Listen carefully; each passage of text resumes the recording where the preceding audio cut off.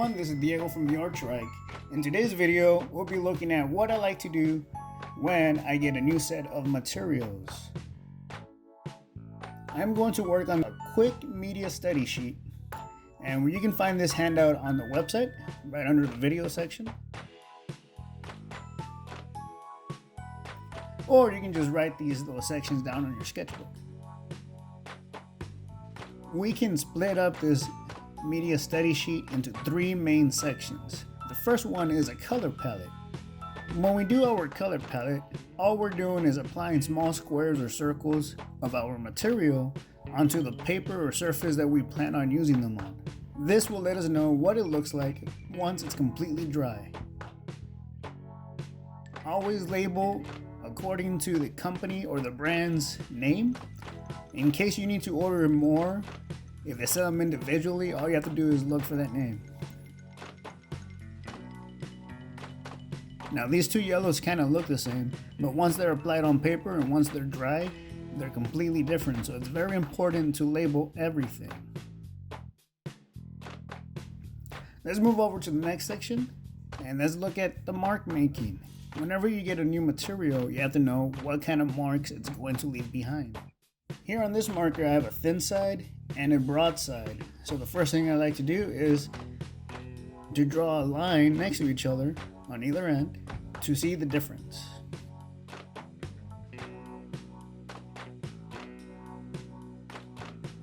And then I just like to play around with them. Very important, I'm kind of doing the same things with the thin side and the broad side, so I can tell what the difference is. And then I add different movements to the wrist, my arm, my hand, do some stippling, and all these give me different textures and marks. You have to make sure to label or make notes on your marks in case you need to use them later. You know exactly how you make them.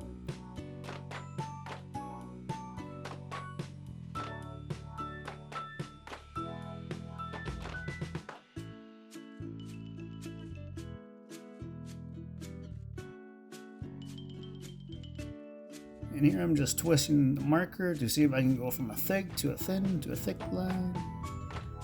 And thick to thin. There you go. Rotating. Okay, let's move on to a blending scale, which is just a transitional bar of color or a value. A blending scale with a pencil or a color pencil is easy enough to do by applying pressure on the dark side and less pressure on the lighter side.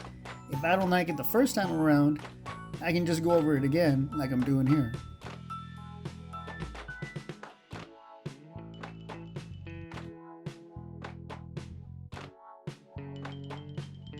But blending with other materials don't always work the same. Here with the markers, I'm going to start with a light color first, the lightest color, which is yellow. Blend it in and out. Add some green.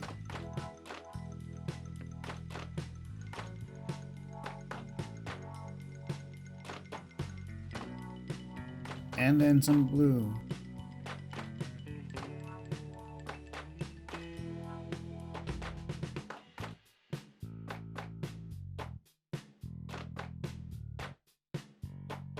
And I've decided to add some violet just for fun.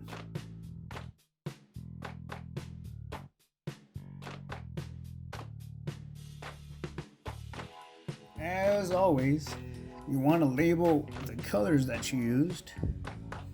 So here I'm going to write down yellow, and here's my green,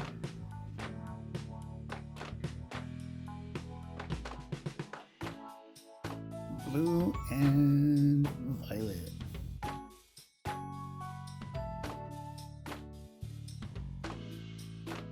Here's my crayon study, my marker study, my color pencil study, and here's a shot of the same image colored in the same pattern using three different materials.